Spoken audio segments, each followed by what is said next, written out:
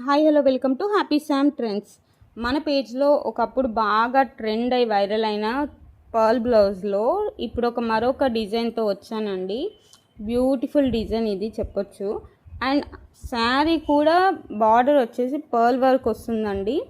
And ఇందులో different varieties of colours ఉన్నాయి.